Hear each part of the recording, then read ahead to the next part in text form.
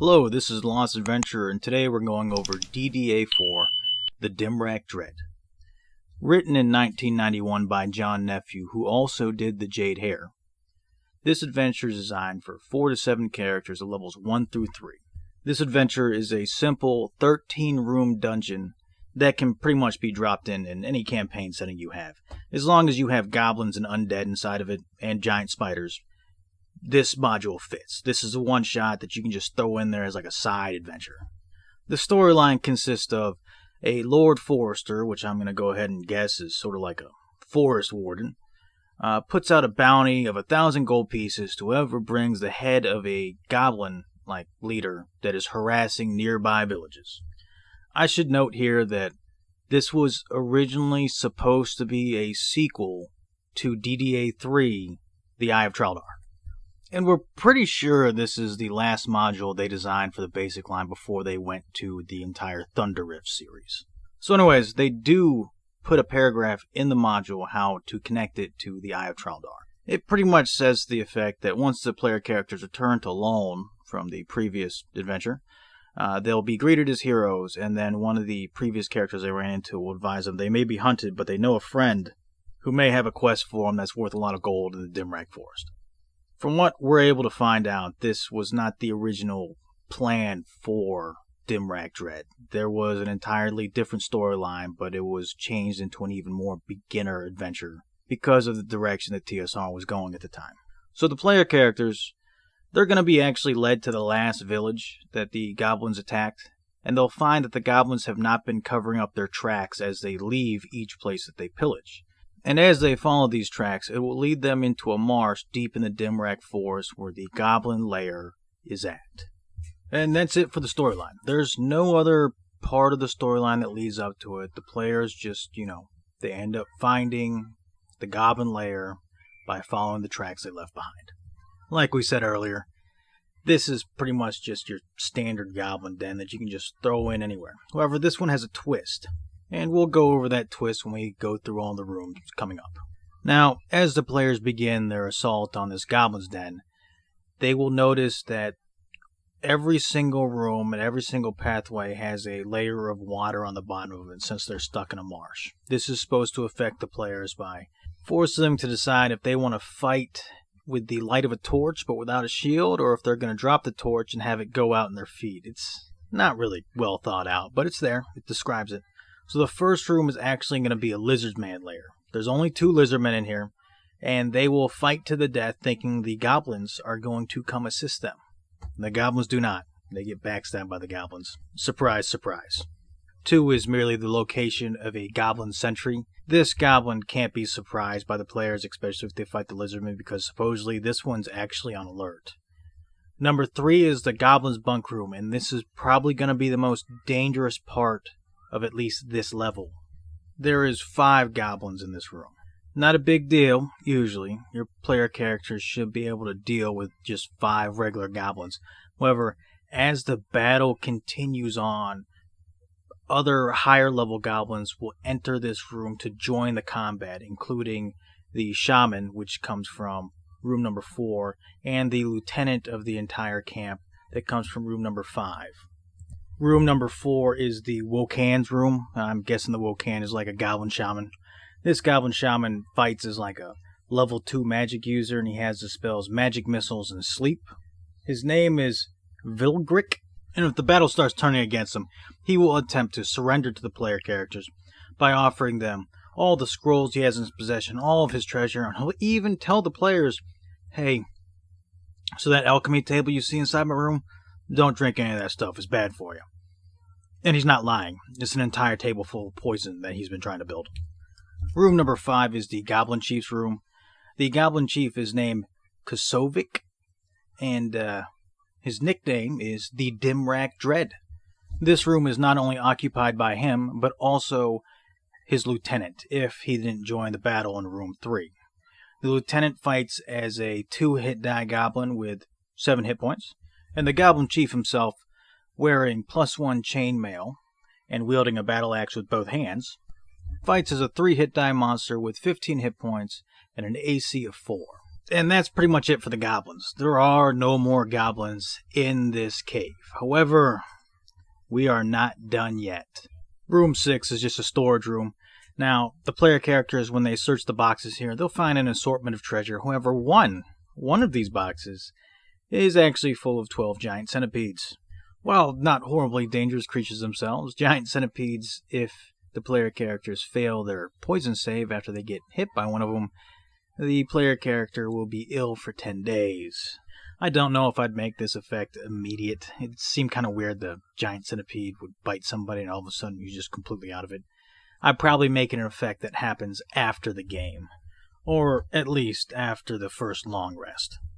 Room 7 is the prisoner's cell. This was put in to cause the players to have, I guess, a moral dilemma on what they're going to do with them.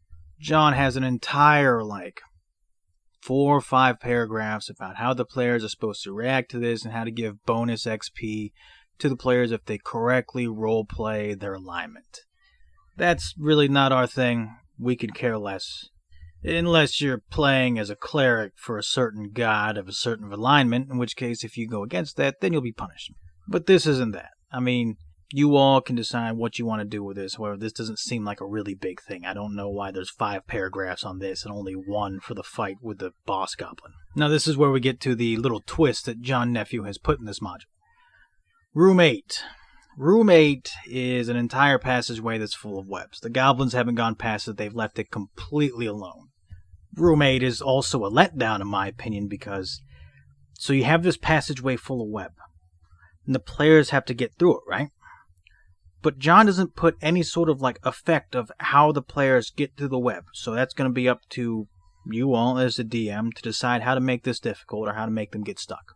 The only thing John has here is the description of it being blocked with webs, and there is a black widow spider that, has 14 hit points, fights as a 3 hit die monster, and if it hits, it's a save versus poison or die. Personally, we would probably make the player characters, if they decided not to use fire or something like that, we would make them take a series of dex saves or strength checks to get through it. If they fail it, they get stuck, and that's when the giant black widow spider makes its attack on the poor player character who's stuck in the web. However, that's not included in this entire entry. Now, once the black spider is defeated and they get through the webs, the player characters will be able to descend into the second level of the dungeon. The encounter numbered 9 is actually a submerged hole in the floor that's covered up by the water that's constantly over the floor that the player characters have been dealing with this entire module. This hidden pit trap that is 10 foot deep will force characters that fall into it to either drop the equipment they're carrying in order to save themselves, or they can roll underneath their constitution score on a d20 roll in order to make it so they can hold their breath long enough to get out of their armor to swim to the top. Should they fail this d20 roll, they will have drowned. Number 10's only a set of bronze double doors.